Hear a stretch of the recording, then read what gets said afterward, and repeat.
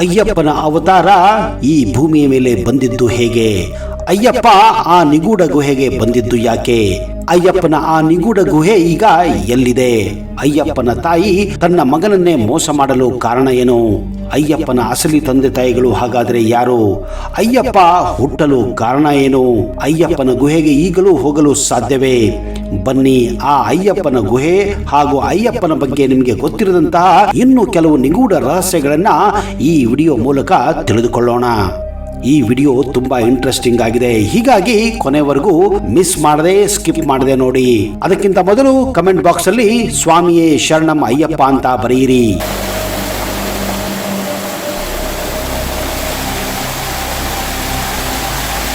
ನಮಸ್ಕಾರ ಸ್ನೇಹಿತರೆ, focus YouTube Kannada ಚಾನಲ್ಗೆ ಸ್ವಾಗತ ಸುಸ್ವಾಗತ.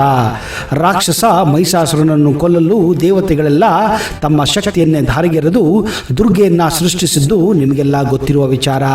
ಮಹಿಷಾಸುರನ ವಧೆಯ ನಂತರ ಮಹಿಷಾಸುರನ ಸಹೋದರಿಯಾದ ಮಹಿಷಿಯು ತನ್ನ ಸೋದರನ ಕೊಲೆಗೆ ಪ್ರತಿಕಾರವನ್ನು ಪಡೆದುಕೊಳ್ಳಲು ದೀರ್ಘಕಾಲ ತಪಸ್ಸು ಮಾಡಿದ ಆಕೆ ಬ್ರಹ್ಮನನ್ನು ಒಲಿಸಿಕೊಳ್ಳುತ್ತಾಳೆ. ಶಿವ ಮತ್ತು ವಿಷ್ಣುವಿನ ಮಗನನ್ನು ಹೊರತುಪಡಿಸಿ ಯಾರಿಂದಲೂ ತನಗೆ ಸಾವು ಬರಬಾರದೆಂದು ವರವನ್ನು ಪಡೆಯುತ್ತಾಳೆ. Real estate promotion, school colleges promotion, corporate ಕಂಪ್ನಿಗಳ ಪ್ರಮೋಷನಲ್ ವಿಡಿಯೋ, ಮಾರುಕಟ್ಟೆಗೆ ಹೊಸದಾಗಿ ಬಂದ ಹೊಸ ವಸ್ತುಗಳ ಅನ್ಬಾಕ್ಸಿಂಗ್ ಹಾಗೂ ಹೋಟೆಲ್ ಟೂರ್ ವಿಡಿಯೋ, ಈ ಎಲ್ಲ ಜಾಹೀರಾತುಗಳು ನಮ್ಮ ಫೋಕಸ್ ಯೂಟ್ಯೂಬ್ ಚಾನಲ್ನಲ್ಲಿ ಪ್ರಸಾರವಾಗಬೇಕಾ?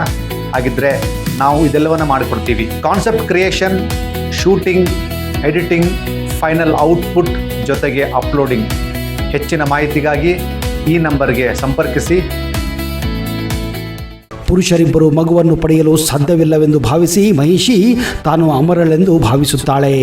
ಆಕೆ ಭೂಮಿಯಲ್ಲಿ ಸ್ವರ್ಗದಲ್ಲಿ ಎಲ್ಲರಿಗೂ ತೊಂದರೆಯನ್ನು ಉಂಟು ಮಾಡುತ್ತಾಳೆ. ದಿಕ್ಕು ತೋಚದ ದೇವತೆಗಳು ವಿಷ್ಣುವಿನ ಬಳಿ ಬಂದು ಮಹಿಷಿಯಿಂದ ತಮ್ಮನ್ನು ರಕ್ಷಿಸುವಂತೆ ಬೇಡಿಕೊಳ್ಳುತ್ತಾರೆ.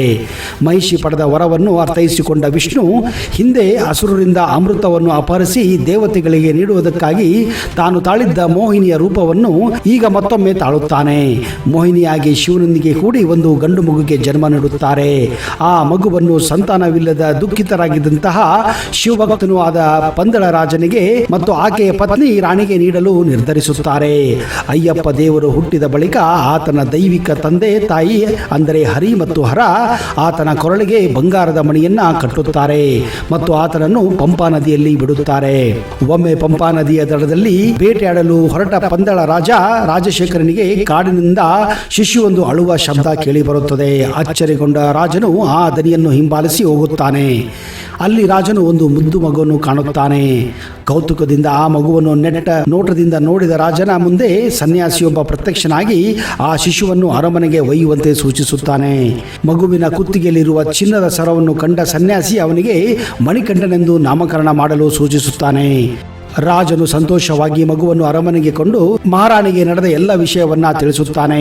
ಶಿವನ ಅನುಗ್ರಹದಿಂದಲೇ ಇವೆಲ್ಲ ಸಂಭವಿಸುತ್ತೆಂದು ಅವರಿಬ್ಬರಿಗೂ ಗೊತ್ತಾಗುತ್ತದೆ. ಮಣಿಕಂಠನು ಗುರುಕುಲದಲ್ಲಿದ್ದ ಸಮಯದಲ್ಲಿ ಆತನ ಸಾಕು ತಾಯಿ ಒಂದು ಗಂಡು ಮಗುವಿಗೆ ಜನ್ಮ ನೀಡುತ್ತಾಳೆ. ಆ ಮಗುವಿಗೆ ರಾಜನ್ ಎಂದು ನಾಮಕರಣ ಮಾಡುತ್ತಾರೆ. ಮುಂದೆ ರಾಜನು ದೊಡ್ಡ ಮಗನಾದಂತಹ ಮಣಿಕಂಠನಿಗೆ ಪಟ್ಟಾಭಿಷೇಕ ಮಾಡಲು ನಿರ್ಧರಿಸುತ್ತಾನೆ. ತನ್ನ ಮಹತ್ವಾಕಾಂಕ್ಷೆಯನ್ನು ರಹಸ್ಯವಾಗಿ ಪೋಷಿಸಿದ ಕುತಂತ್ರಿಯಾದ ಮಂತ್ರಿಯು ಮಣಿಕಂಠನನ್ನು ದ್ವೇಷಿಸಿದ್ದನು.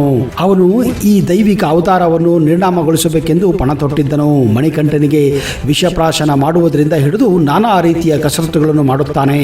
ಆದರೆ ಮಂತ್ರಿಯ ಯಾವುದೇ ಉಪಾಯ ಫಲಕಾರಿಯಾಗಲಿಲ್ಲ. ರಾಣಿ ಮತ್ತು ಮಂತ್ರಿ ಸೇರಿಕೊಂಡು ಮಣಿಕಂಠನನ್ನು ಕೊಲ್ಲಲು ಉಪಾಯ ಮಾಡುತ್ತಾರೆ. ಉಪಾಯದಂತೆ ಮಂತ್ರಿಯು ವೈದ್ಯನೊಬ್ಬನಿಂದ ರಾಣಿಯ ಅನಾರೋಗ್ಯ ನಿವಾರಣೆ ಮಾಡಲು ಹುಲಿಯ ಹಾಲು ಬೇಕೆಂದು ಹೇಳಿಸುತ್ತಾನೆ. ಹುಲಿಯ ಹಾಲನ್ನು ಹುಡುಕಲು ಹೊರಟ ಮಣಿಕಂಠನನ್ನು ಹುಲಿಯ ಬಾಯಿಗೆ ಆಹಾರವಾಗಿ ನೀಡಲು ಅವರ ಯೋಚನೆವಾಗಿತ್ತು. ಜವಾಬ್ದಾರಿ ನೆರವೇರಿಸಲು ಸಾಧ್ಯವಾಗದೆ ಪರಾಜಿತನಾಗಿ ಮಣಿಕಂಠನು ಹಿಂತಿರುಗಿ ಬಂದಲ್ಲಿ ಸಹಜವಾಗಿಯೇ ರಾಜನಿಗೆ ಆತನ ಮೇಲಿದ್ದ ಪ್ರೀತಿ ಕಡಿಮೆಯಾಗುವುದೆಂದು ರಾಣಿಗೆ ಗೊತ್ತಾಗುತ್ತದೆ. ಮಣಿಕಂಠನು ಹುಲಿಯ ಹಾಲು ತರುವ ಸಲುವಾಗಿ ಸಿದ್ಧನಾಗುತ್ತಾನೆ. ಆದರೆ ರಾಜಶೇಖರ ಇದಕ್ಕೆ ಒಪ್ಪುವುದಿಲ್ಲ. ಮಗನ ಮಾತಿಗೆ ಕಟ್ಟು ಬಿದ್ದ ರಾಜನು ಮಣಿಕಂಠನನ್ನು ಕಾಡಿಗೆ ಕಳಿಸಲು ಒಪ್ಪಿಗೆ ಸೂಚಿಸುತ್ತಾನೆ. ಮಣಿಕಂಠನು ಅರಣ್ಯವನ್ನು ಪ್ರವೇಶಿಸಿದಾಗ ಭಗವಾನ್ ಶಿವನ ಪಂಚಭೂತಗಣಗಳು ಒಟ್ಟಿಗೆ ಸೇರಿಕೊಳ್ಳುತ್ತವೆ. ಪಯಣದ ನಡುವೆ ದೇವಲೋಕದಲ್ಲಿ ಮಹಿಷಿಯು ನಡೆಯುತ್ತಿದ್ದ ಅನ್ಯಾಯಗಳನ್ನು ಮಣಿಕಂಠನ ಗಮನಕ್ಕೆ ಬರುತ್ತವೆ. ಅವನಲ್ಲಿರುವ ದೈವತ್ವದ ಪ್ರಜ್ಞೆ ಜಾಗೃತವಾಯಿತು. ಅವನು ಮಹಿಷಿಯನ್ನು ಹಿಡಿದೆಳೆದು ಭೂಲೋಕಕ್ಕೆ ಎಸೆಯುತ್ತಾನೆ. ಅವಳು ಅಯುತಾ ನದಿಯ ದಂಡೆಗೆ ಬಂದು ಬೀಳುತ್ತಾಳೆ. ಇಬ್ಬರ ನಡುವೆ ಘೋರವಾದ ಯುದ್ಧ ನಡೆಯಿತು. ಆ ಚಿಕ್ಕ ಬಾಲಕನಿಗೆ ನಮಸ್ಕರಿಸಿ ಮಹಿಷಿಯು ಮರಣಕ್ಕೆ ಶರಣಾಗುತ್ತಾಳೆ. ಮಹಿಷಿಯ ನಿಗ್ರಹದ ಬಳಿಕ ಮಣಿಕಂಠನು ಹುಲಿಯ ಹಾಲನ್ನು ಸಂಗ್ರಹಿಸುವ ಸಲುವಾಗಿ ದಂಡಾರಣ್ಯವನ್ನು ಪ್ರವೇಶಿಸುತ್ತಾನೆ. ಆ ಕಾಡು ತುಂಬಾನೇ ದಟ್ಟವಾಗಿತ್ತು. ಇದೇ ಕಾರಣ ಮಣಿಕಂಠ ಹಲವಾರು ದಿನಗಳ ಕಾಲ ಬೆಟ್ಟದ ಮೇಲೆ ಒಂದು ಗುಹೆಯನ್ನು ಮಾಡಿಕೊಂಡು ಹುಲಿಗಾಗಿ ಕಾಯುತ್ತಿರುತ್ತಾನೆ. ಅಲ್ಲಿ ಭಗವಾನ್ ಶಿವನು ಅವನಿಗೆ ದರ್ಶನ ನೀಡುತ್ತಾನೆ. ಅಮೂಲ್ಯವಾದ ಹುಲಿಯ ಹಾಲನ್ನು ಸಂಗ್ರಹಿಸಲು ದೇವೇಂದ್ರನು ನಿನಗೆ ಸಹಕರಿಸುವನೆಂದು ಶಿವನು ಹೇಳಿ ಅಲ್ಲಿಂದ ಹೊರಡುತ್ತಾನೆ. ದೇವೇಂದ್ರನು ಹುಲಿಯ ರೂಪ ತಾಳಿ ಮಣಿಕಂಠನೊಂದಿಗೆ ಅರಮನೆಯತ್ತ ಹೊರಡುತ್ತಾನೆ. ಉಳಿದ ದೇವತೆಗಳು ಗಂಡು ಹುಲಿಗಳಾಗಿ, ದೇವಿಯರು ಹೆಣ್ಣು ಹುಲಿಗಳಾಗಿ ಅವನನ್ನು ಹಿಂಬಾಲಿಸುತ್ತಾರೆ.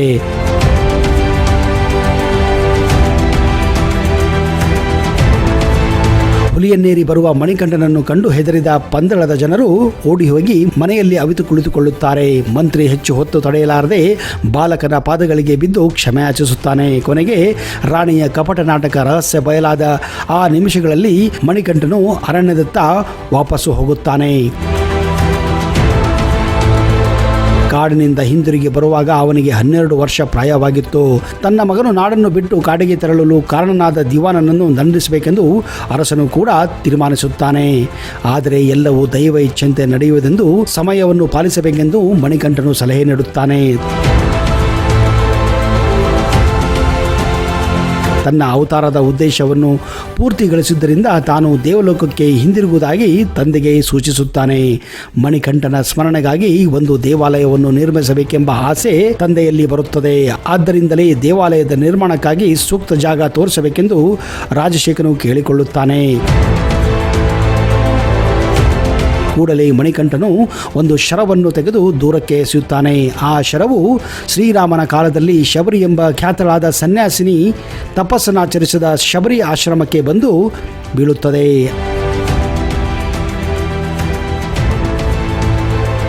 ಆ ಜಾಗದಲ್ಲಿಯೇ ಈಗ ಅಯ್ಯಪ್ಪನ ದೇವಸ್ಥಾನವನ್ನ, ಅಂದರೆ ಮಣಿಕಂಠನ ದೇವಸ್ಥಾನವನ್ನ ನಿರ್ಮಾಣ ಮಾಡಲಾಗಿದೆ. ಇದೇ ಕಾರಣ ಇದನ್ನ ಶಬರಿಮಲೆ ಎಂದು ಕರೆಯುತ್ತಾರೆ.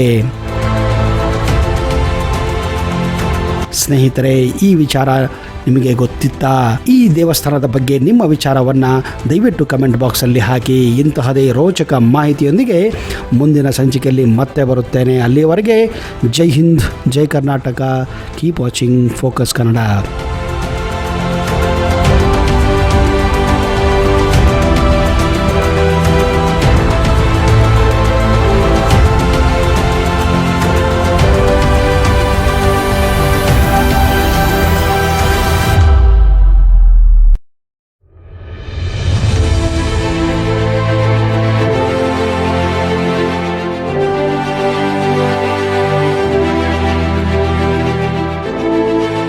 ವೀಕ್ಷಕರೇ, ನಿಮ್ಮಲ್ಲಿ ಯಾರಿಗಾದರೂ ಸಂತಾನ ಸಮಸ್ಯೆ, ವಿವಾಹ ಸಮಸ್ಯೆ ಇದ್ದರೆ ಈ ಪಂಡಿತರನ್ನ ಈಗಲೇ ಸಂಪರ್ಕಿಸಿ.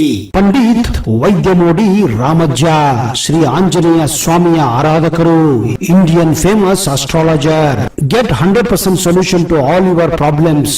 ಶ್ರೀ ಪ್ರತ್ಯಂಗಿರ ದೇವಿಯನ್ನ ವಶಪಡಿಸಿಕೊಂಡಿರುವ ಏಕೈಕ ಜ್ಯೋತಿಷ್ಯರು. ಫೋನಿನ ಮೂಲಕ ನೇರ ಪರಿಹಾರದಲ್ಲಿ ಓಪನ್ ಚಾಲೆಂಜ್. ಆಂಜನೇಯ ಸ್ವಾಮಿಯ ಅನುಗ್ರಹದಿಂದ ವಿಶೇಷ ಪರಿಹಾರ ತಿಳಿಸುತ್ತಾರೆ. ನಿಮ್ಮ ಒಂದು ಕರೆ ನಿಮ್ಮ ಭವಿಷ್ಯವನ್ನೇ ಬದಲಾಯಿಸಬಲ್ಲದು.